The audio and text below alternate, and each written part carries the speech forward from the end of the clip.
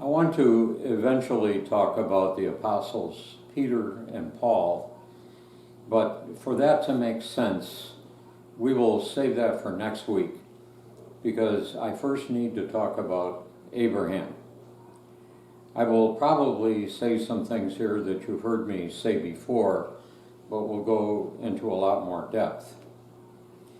For years, Abraham for me was mainly one more Bible character and apparently someone important because he's mentioned here and there, but I had never heard anyone really explain that he is actually one of the most important people in the Bible, way more than Moses. And Abraham is actually one of the keystones in God's kingdom plan. His significance goes way beyond the Old Testament into the New Testament, into our very day. But before we come to Abraham in Genesis chapter 12, what was going on in chapter 11? The whole known world was in rebellion against God and steeped in idolatry, maximized by their building the Tower of Babel. God put a stop to that, as we know, by confusing their language. But if his judgment had been to destroy them, he could have done that in one breath. But he wanted to rescue them from their perversion and reveal his heart of love to them and redeem them. According to Jewish tradition, the people were divided into 70 language or people groups. And there's a lot of biblical significance to the number 70 throughout the scriptures, representing the nations of the world, the Gentiles. Whether or not it is a literal number or not, it's very clear that that's what it represents. But having done this, how was God going to reveal himself to these people groups? Who was he going to send to them? Angels? No angels show up in Genesis 11. Is it time for the Messiah to come? No, Jesus isn't coming for 2,000 years after this. Now, up to this point in Genesis, time has been flying by at breakneck speed. Noah, the flood. But we come here all of a sudden to chapter 12, and the air brakes go on. Everything stops. And it talks about this man, Abraham, for the next 14 chapters. Even an unbeliever reading the Bible has to recognize that this has to be an extremely important person in God's plan.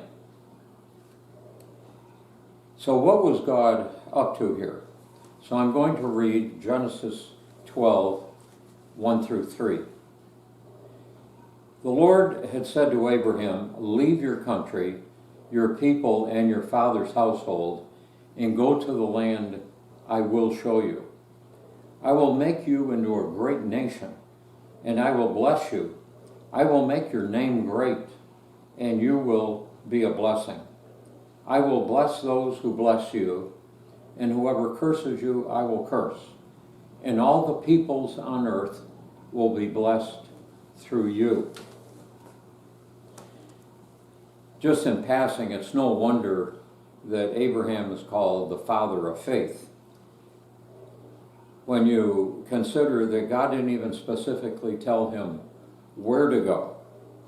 We think that we're pretty great people of faith if God clearly tells us to do something and we do it. But this was like telling Abraham to get moving and I'll let you know when you get there. And there's an important principle here. For those of us who are old enough to remember cars before they had power steering, it was a lot easier to steer a car that was moving than one that was sitting still. And so the faith principle here is if you'll get moving when God speaks to you, even if you started off in the wrong direction, he will steer you in the right direction. We just need to get moving. And this does fit in a lot with my last Sunday's message of just for once. But these verses go on to explain why God was directing Abraham. Through him, he was going to raise up one more nation, let's call it nation number 71, God's elect, chosen people, Israel. God made a covenant with Abraham, which is called the Abrahamic covenant. And because God is a missionary God, wanting to redeem all those nations, he needed to raise up nation number 71, whose purpose would be to be a missionary nation, to be a witness for God of his love. This is why he gave Israel the law later on through Moses, so that they would be the people with a revelation of what God was like, his character and his righteousness, so they could be a witness to other people. So being God's elect didn't mean being God's elite. It was that God had a job for them to do, not to just feel special. It's also why in the scriptures they're referred to as a kingdom of priests. A priest is a job description more than a title. It's interesting that in the Latin, the word for priest is pontiff, and it's the same word in Latin for bridge, because the function of a priest is to connect people to God who don't know God. And that's what God's intention for the nation of Israel was. If you ask most Christians what is the basis of the Old Testament and what is the basis of the New Testament, what do you think they're going to say? They're going to say the basis of the Old Testament is the law that came through Moses, and that the basis of the New Testament is grace. But it makes me wonder if they've ever read Galatians chapter 3, which I referred to in a message not too long ago. But I read it again. Galatians 3:8, the scripture foresaw that God would justify the Gentiles by faith and announce the gospel in advance to Abraham. All nations will be blessed through you. So those who have faith are blessed along with Abraham, the man of faith. And then skipping up to verse 17, what I mean is this: the law introduced 430 years later does not set aside the covenant. What are we talking about? The Abrahamic covenant, previously established by God, and thus do away with the promise. For if the inheritance depends on the law, then it no longer depends on a promise. But God, in his grace, gave it to Abraham through a promise. A promise what? That through him all nations would be blessed. So having come 430 years later, the law is by no means the foundation of the Old Testament, and it ended. It's over and done with. But the Abrahamic covenant is going on to this day. God doesn't have erasers on his pencils. He hasn't made mistakes. He hasn't changed his mind. His basis has been grace all through the Old Testament and the New Testament. And the promise that he gave to Abraham still stands and is still in operation. So then, why did God send Abraham to Canaan, in the area of what is now Israel? Was it just a test of obedience? Could God have just sent him to the Himalayas just to see if he was going to obey? No, he sent him to Canaan because God is very strategic, because it was the crossroads of all of the trade routes of the known world at that time.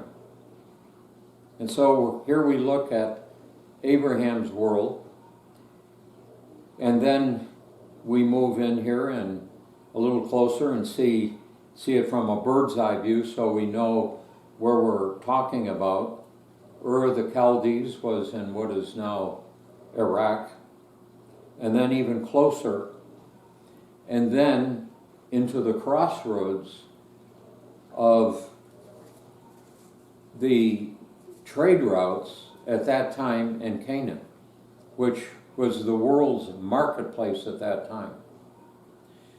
So God's strategy was that foreigners would come through Canaan and come into contact with the beautiful moral culture of Israel, that they were enjoying God's perfect government and blessing, and that all these people who would see this would want to know this God for themselves and turn to him.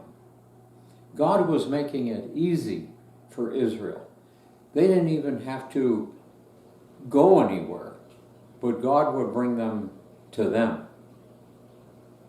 But while this was Israel's opportunity and also Israel's obligation, Israel was obstinate, and they never fulfilled their mandate on a regular basis. God had to do it in spite of them at different times, like he did with Jonah, with our study on Jonah. He finally obeyed by going to Nineveh, but not because he wanted to. Next week, we will see the connection between this foundation of the Abrahamic covenant, Israel's failure in fulfilling its mandate in the Old Testament, and how the apostles Peter and especially Paul fit in to the continuing success of God's plan into our very day.